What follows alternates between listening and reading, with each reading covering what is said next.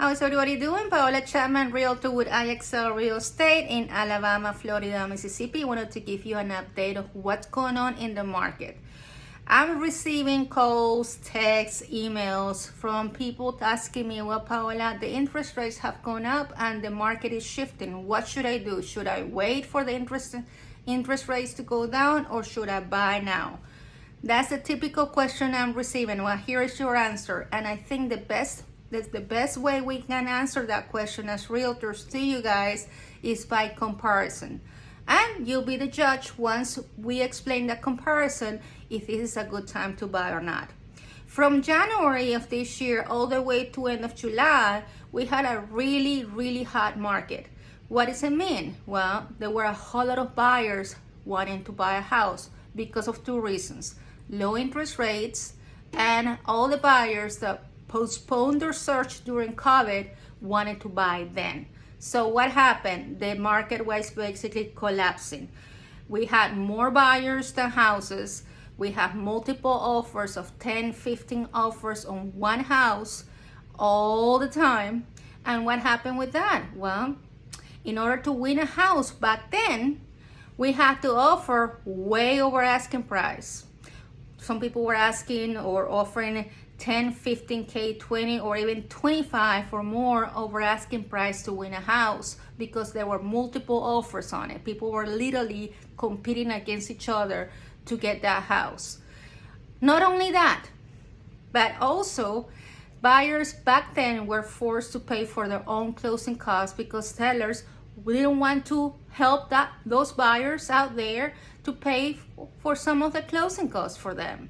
So not only people had to offer way more over the asking price, but they had to pay 5 to 10 or even 15K, 15,000 in closing costs themselves with no assistance.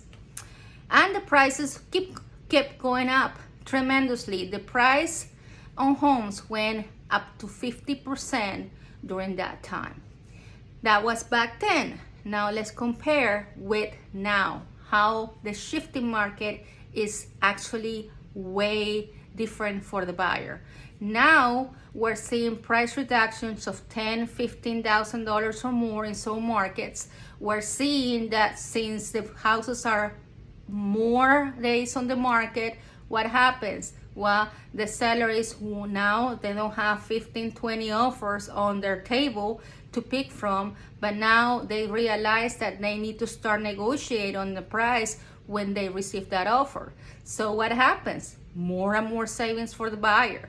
They are saving $15,000 to $20,000 already in price because there are price reductions, and they are saving even more when we start negotiating on that reduced price already. So that's number one. And number two, well, the seller is now wanting to assist the buyer with closing costs. We're seeing some offers buyers asking $5,000 for the seller to pay on closing costs, or even more. I have seen offers of $10,000. So do you start adding the math here and doing the math, adding more money and putting more money in the pocket for a buyer? So if someone asks me if it's a good time, $25,000 to $30,000 more than this buyer wanted having to pay to get a house back then, with a 1 to 2% interest rate lower, versus now 1 to 2% higher, but with a $25,000 to even $30,000 savings. You be the judge. So that's the update that I can give you, the best answer I can give you when it comes to buying, if it's a good time or not. If you're ready, either today, in a month, or even in a year, I'm at your service. I would love to represent you in the most important purchase of your life. Paola Chapman with IXL Real Estate. Glad talking to you. Hope to represent you in the near future. Bye-bye.